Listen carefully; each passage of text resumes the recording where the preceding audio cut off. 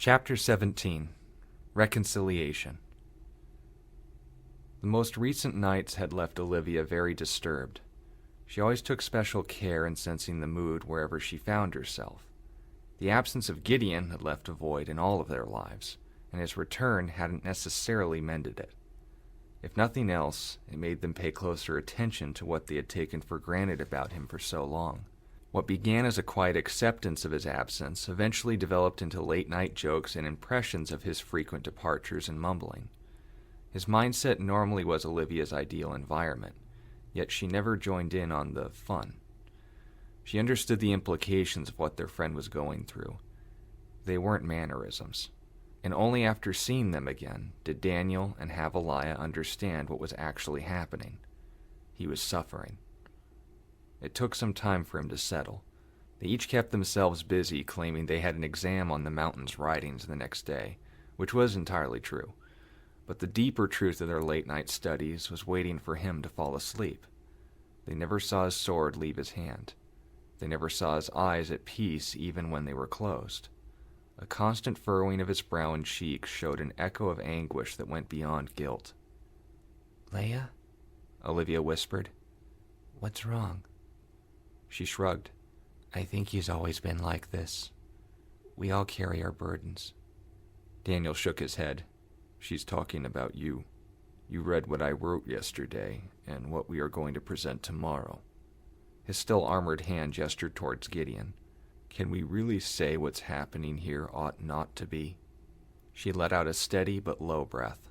"I can't say until I point to an example of what the nature of the gods really is. Do we have anyone who saw them interact with man?" Olivia moved closer to Daniel in response to the cold. "What about that green guy? Didn't the instructor mention a man still alive today who failed them?" Daniel wrapped his arm around her shoulder in response as well as an affirmation. "We don't know his name, but I think they called him the man with two souls. Whatever the case may be, the instructor has enough reason to keep his existence quiet, but also told us enough so that he could back up what he was saying." Havaliah rested her chin on her knee and flicked a page in her theology textbook over. "It's so simple that it makes everything else complicated." Daniel let out a small laugh. "That's why we have you for our math assignments." Her ears perked up at the remark. "What do you mean?" Daniel patted Olivia on the shoulder and she went off to bed. "I mean, you always go farther than most, physically or mentally. You never settle for what people normally settle for as enough." Havaliah snorted in response. "Is that the semblance theory class talking, or you?" Daniel began to get up himself. "I think it's both. If we've learned anything from my semblance, it means I know how to take abuse." Her ears went down at that. "Hey," She caught her mouth before she continued and realized that she would have woken Gideon up at that level of volume. She tried to restrain herself and spared a glance at his bed, only to find it empty. Her head shot back to Daniel, who the entire time was facing that direction. He merely shook his head. "When have you ever known him to sleep?" She pursed her lips and started to walk after him. Daniel caught her arm. She drew back a fist instinctively to force herself away until she saw him holding up his robe.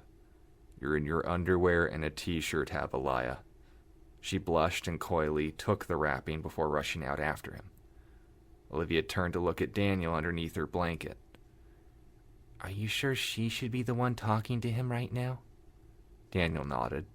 "I can't say if it's the right decision, but at least it is one." She became transparent in the sheets and left the open hood hanging out in the middle of her bed. "What's the matter? Seen a ghost?"